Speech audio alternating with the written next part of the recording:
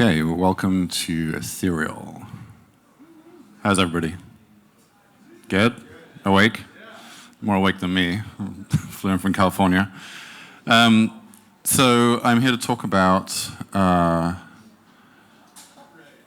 first of all, working on opening up the internet, and then I'm going to be talking about the company that I started with my co-founders 2 years ago called Orchid, and a little bit about our upcoming plans.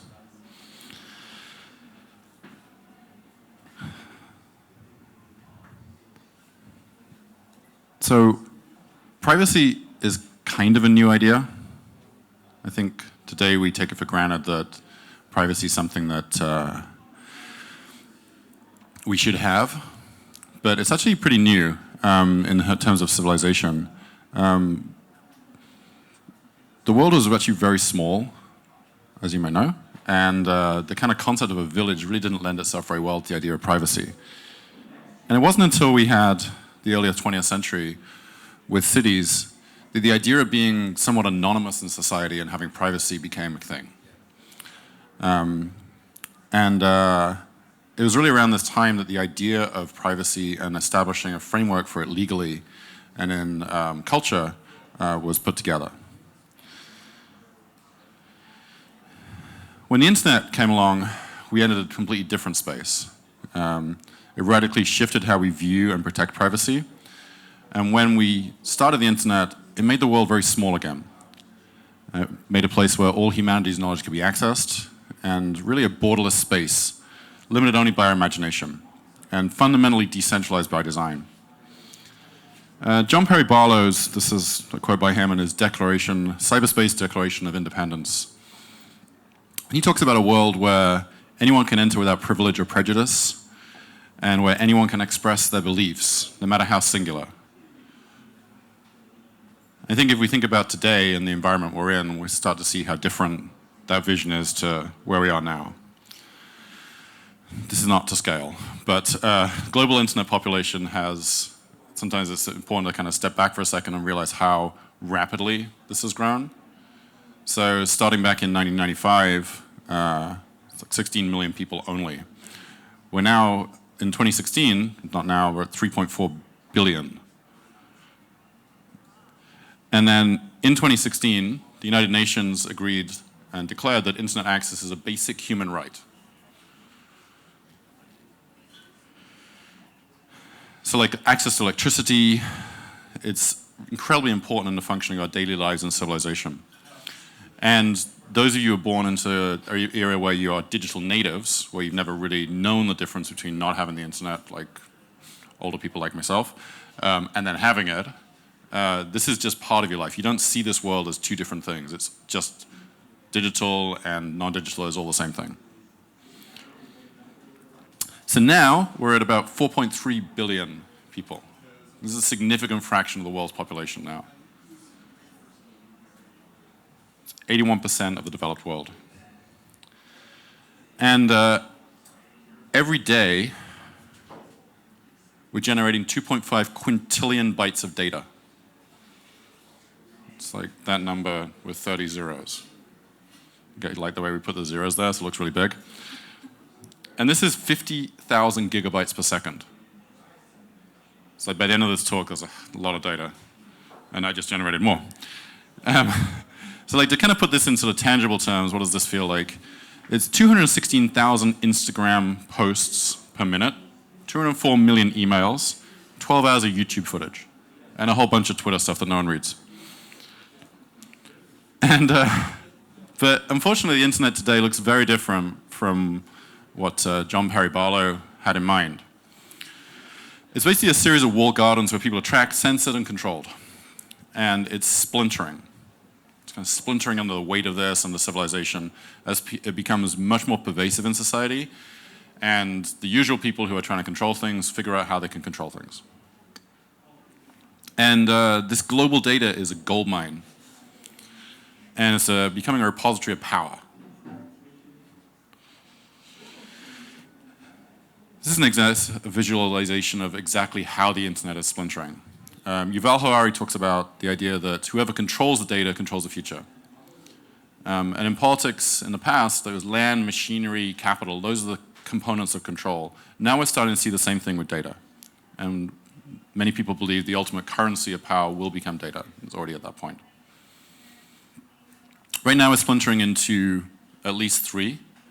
The one you hear about a lot is China, which is state surveillance, censorship, an extremely sophisticated operation. We'll talk about more there in a second. Europe's having a different crisis of control.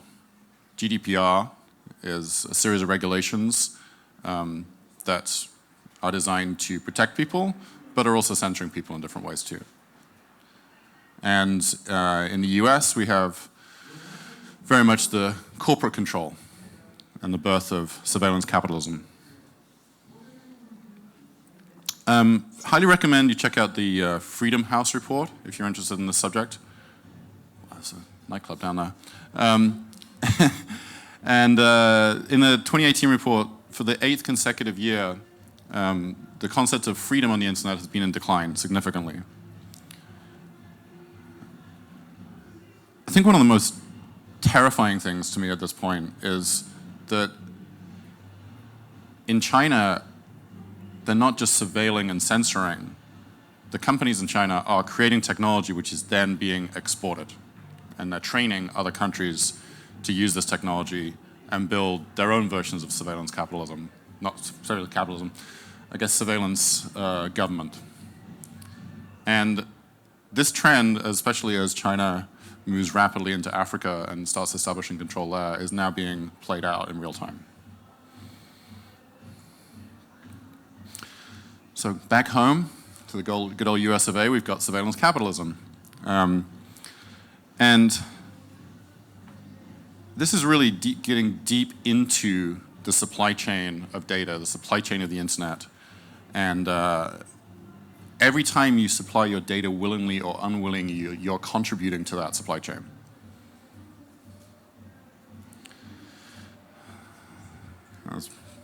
This always gets a laugh.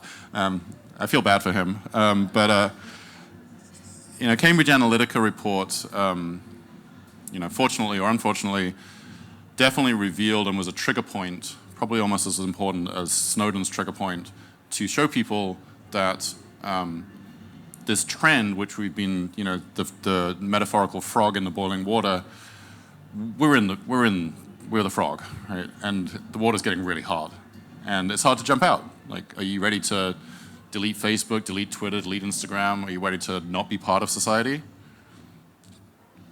It's challenging. Some people are. Many people are not, increasingly. I thought in the last few days, there was an article talking about how Facebook is moving its AI algorithms onto the devices now. And this is actually, you kind of step a little bit further, this actually gives governments and other companies the techniques to decentralize their surveillance and their processing. No longer do you need to hold everything in-house, you can just decentralize it and put it onto the phones and the other devices that we carry around with us. And so I think it's especially important when we're at a conference like this, where we are looking in a very optimistic view of the future and how blockchain can save the world, is that blockchain can also destroy the world. And it's not some magic panacea of technology that, as we saw with the internet, which started off with very beneficial and optimistic goals of open access to information and decentralization, and instead now we have what we have. Blockchain can also do the same thing. It all depends on how you use it and how you design it. I just like this graphic. And many people are just, at this point, they're just like, I don't know what to do. Yeah, I understand the issues. Thank you for, people would invite me to dinner parties and say, thank you for explaining all this stuff. Now what do I do? But the concern level is increasing. And in many of these situations, when you see this, you do then see a shift in behavior once the tools are available for people to use and easy to use. Just to kind of get a little even more dystopian, and this is not from a Bourne Identity movie, but there is a group called the Five Eyes, which is composed of the countries representing these flags. And they issue demands for all tech companies to design encryption backdoors into their products. And the concept here is if we can just collect it all and figure out what everyone's doing and store it, then at some point maybe we'll figure out if someone did something wrong, or maybe you're a person of interest today. And if this doesn't terrify you when you start thinking about your government moving to a situation where they're collecting every single piece of information about you, aided by companies that are designing this technology that's now sitting in your pockets, I guess you're at the previous slide where you've already given up. And it's at this point now where we're at such a level of surveillance and basically now there's kind of this acquiescence of this surveillance and censorship. And we're no longer in control of this. We've just opted in and said, well, I guess this is how society works. We're just going to go for it. But we don't want to be disconnected. We don't want to be powerless and restricted. These are connection, expression, and agency are all part of our human nature. And the strength of the internet should be about preserving that, not destroying it. So imagine if you woke up one day and you can't get online. You can't communicate with your family or your friends, and everything you do is being monitored. This is a reality for people today. There's a recent article, the Xinjiang province in China, which is something I talked about last year, is now believed to be detaining 3 million Muslims, like 3 million, out of a population of 10 million.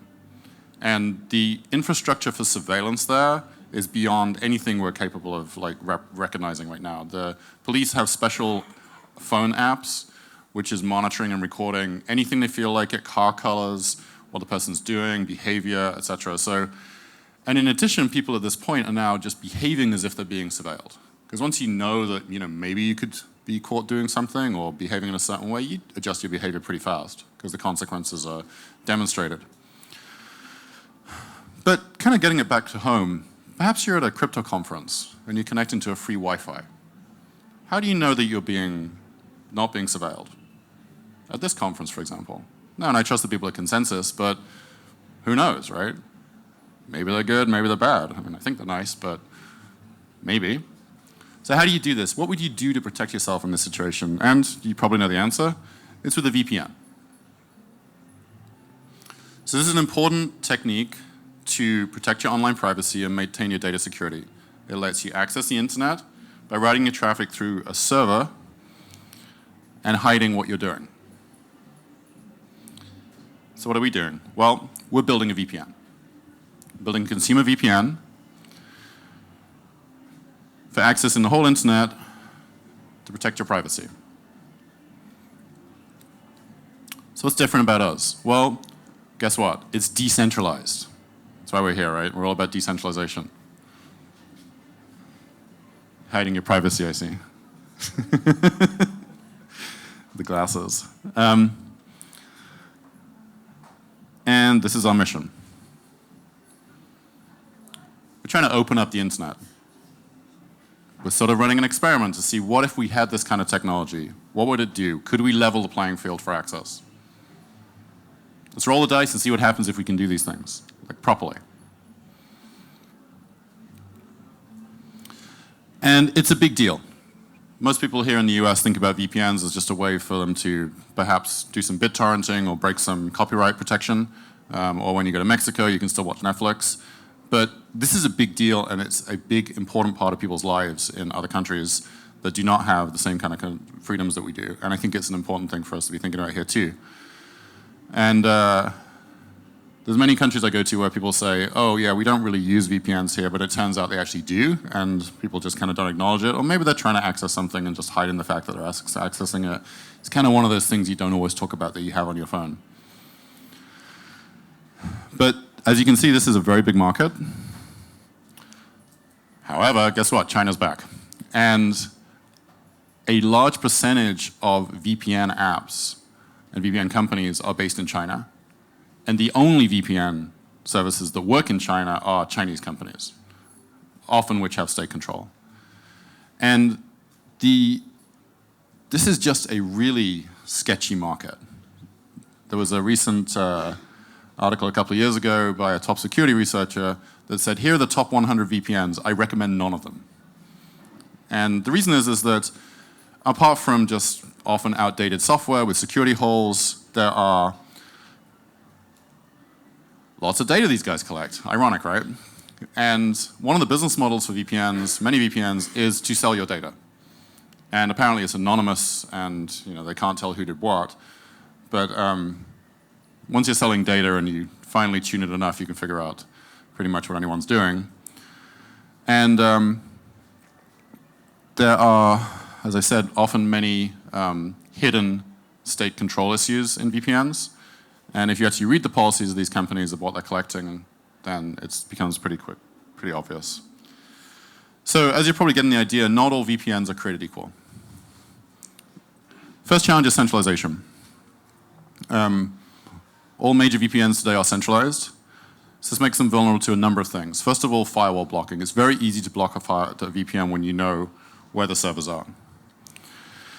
It also requires a complete trust of the end user because in a centralized environment, you can log that data. Second thing is transparency. There are no major VPNs today that are open source. Like, sit with that for a second. This is an important piece of security software that you're going to be running on your phone, on your device, and it's not open source. There are open source components, but the whole thing is not open source.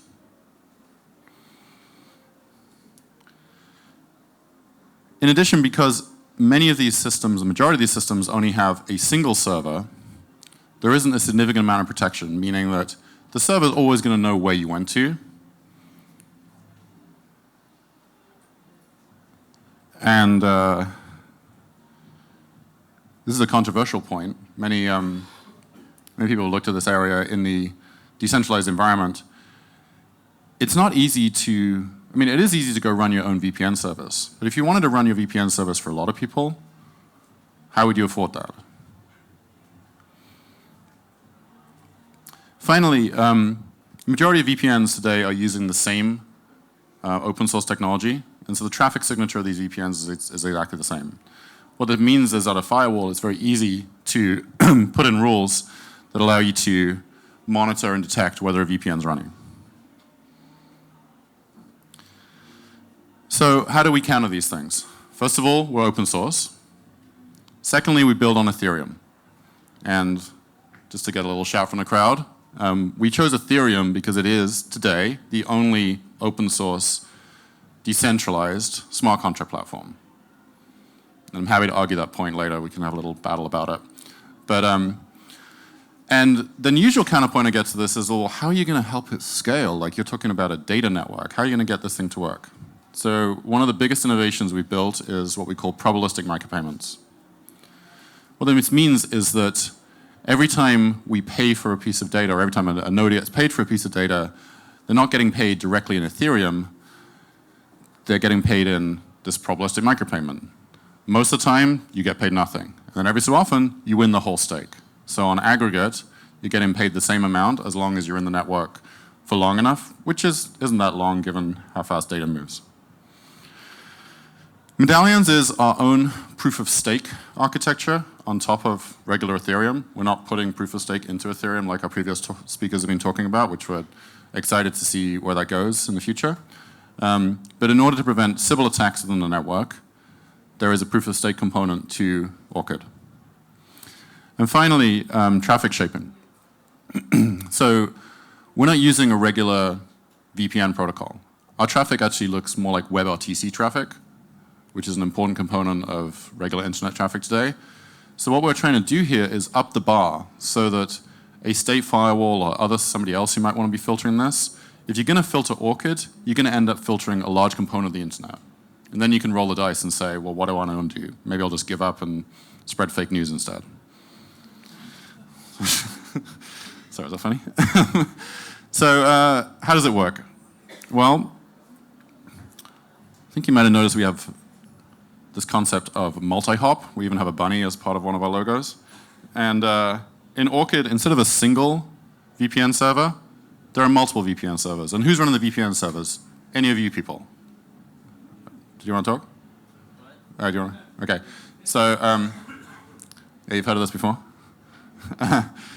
So anyone can run this. We imagine people in data centers will be running these. We also imagine people at home will be running these. And when you run one, you get paid for the traffic that's routed through you. And the app, the originating app, is paying for that traffic using Orchid tokens. So this is like a little animation, just keeps going. Do-do-do.